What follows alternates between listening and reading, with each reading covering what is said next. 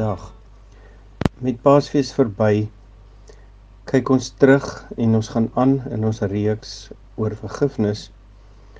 Jesus het aan die kruis gebid, Vader, vergewe hulle, want hulle weet nie wat hulle doen nie.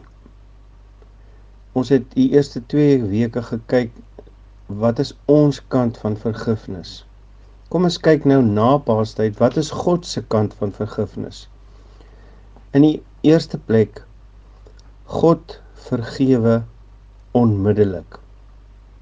Jesaja 55:7, die goddelose moet sy verkeerde pad laat staan, die slegte mens, sy slegte planne, hy moet hom tot die Here bekeer, dan sal hy hom genadig wees, hy moet hom tot ons God bekeer en hy vergewe altyd weer. Die eerste plek, God vergewe onmiddellik. Tweedens, God vergewe volledig, ten volle. 1 Johannes 1:9, as ons sonde bely, hy is getrou en regverdig en hy vergewe ons sonde en reinig ons van alle ongeregtigheid. So, eerstens God vergewe onmiddellik, tweedens God vergewe volledig, hy vergewe alles, ook sonde wat ons nog gaan doen, omdat hy ons so genadig en so lief het.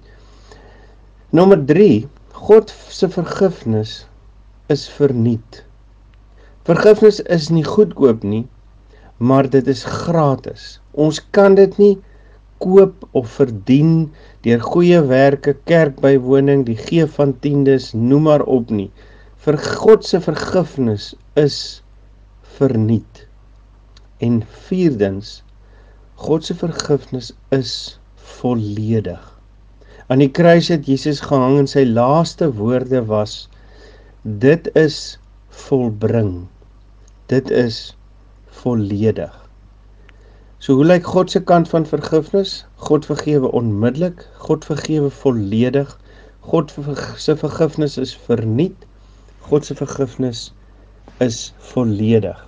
Ek sluit met 'n storie. 'n Ou swart vrou, ouer as 70, het in die Waarheids- en Versoeningskommissie in 'n saal opgestaan.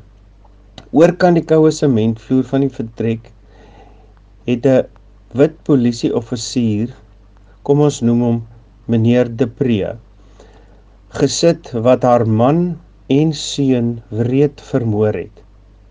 Meneer De Pre het na die Waarheid- en Versoeningskommissie gekom en dit bely. Hy het die gruwelmoorde aan die lig gebring. Hy kon nie langer daarmee saam leef nie. 'n Lid van die kommissie het aan die ou swart vrou gevra, wat wil jy hê? Hoe moet geregtigheid geskied teenoor hierdie man wat jou man en enigste seun vermoor het? Die ou vrou het stadig en saggies begin praat. Daar was baie mense in die saal en dit was doodstil. Sy het gesê, ek vra 3 goed. Nommer 1, neem my na die plek waar my man en my seun vermoor is en hulle liggame verbrand is. Ek wil hulle beendere opgrawe en hulle 'n ordentlike begrafnis gee. Tweedens, ek wil vra dat meneer De Pre my seun sal word. Hy moet 1 keer per maand by my kom kuier in my huisie in die township, dat ek al die liefde wat ek nog oor het, op hom kan uitstort, want ek het nie meer familie nie. En laastens, kan iemand my asseblief help opstaan en na die oorkant van die vertrek lei waar meneer De Pre sit. Ek wil hom in my arms neem en hom vasdruk, sodat hy kan weet ek het hom waarlik en opreg en van harte, soos God dit van ons vra, vergewe. Terwyl een van die hofverteenwoordigers haar opgehelp het na die oorkant van die hofsaal, het die gehoor teenwoordig, familie, vriende, bure, slagoffers van verdrukking en onregverdige dade van dekades lank, opgestaan en spontaan begin sing. Amazing grace, how sweet the sound that saved a wretch like me. Die ou vrou was nog op pad na meneer De Pre aan die oorkant, toe het hy opgestaan om na haar te loop en toe hy in die middel van die saal kom, het sy bene meegegee en hy het flou geword. Jesus het aan die kruis gesê, Vader, vergewe hulle, want hulle weet nie wat om te doen nie.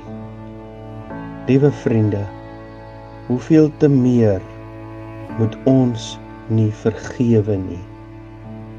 Sterkte vir jou.